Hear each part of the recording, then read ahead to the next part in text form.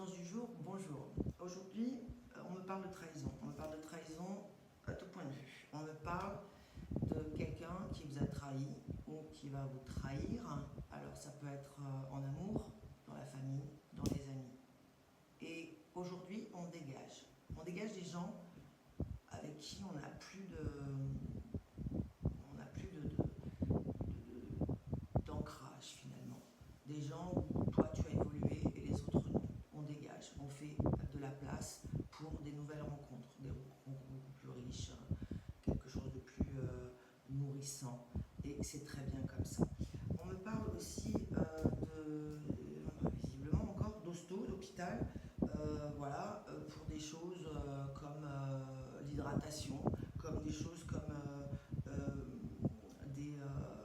des chutes encore, des brûlures encore, des choses qui n'ont pas un réel impact sur. Je suis en train de vous parler d'accidents graves et tout ça, d'ailleurs je ne me le permettrai pas, mais des choses comme ça qui saoulent, on va le stour, on attend 3 plombes, ça revient en fait, ça revient. On me parle aussi de la famille. Vous trouverez votre force, votre ancrage dans votre famille. Et quand je parle de famille, ça ne veut pas dire forcément du sang en fait.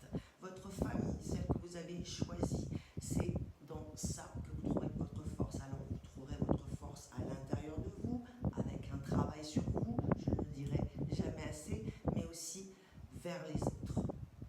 Tendre les mains. On vous tend des mains comme ça. Alors vous prenez les mains bienveillantes évidemment. Prenez-les, n'ayez pas peur de verbaliser et nourrissez, surtout nourrissez vos liens avec votre famille, c'est très important. Il y a des ennuis au niveau de votre travail, c'est-à-dire qu'il y a des choses encore à affiner, des choses que vous n'avez pas encore percutées, c'est toujours pareil. On reçoit des informations des autres comme ça tout le temps, mais on ne se pose jamais sur nos émotions, sur notre propre vouloir, ce qu'on veut avoir, ce qu'on mérite d'avoir. Et n'hésitez pas à verbaliser quand ça ne va pas au travail, n'hésitez pas à le dire, à le redire, ou en tout cas vous imposer.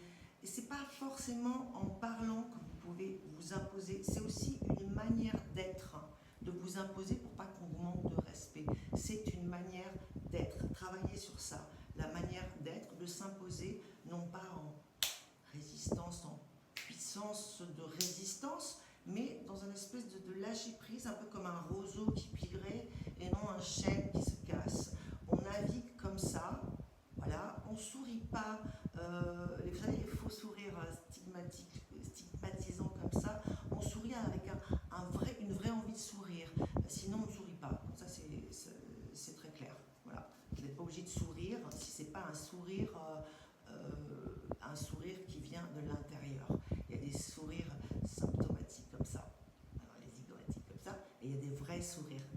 Par exemple là, peut-être vous allez me regarder, moi en tout cas je suis là pour juste vous aider si ça vous aide, et j'ai un vrai sourire, un sourire qui vient de l'intérieur, de mon âme, profondément.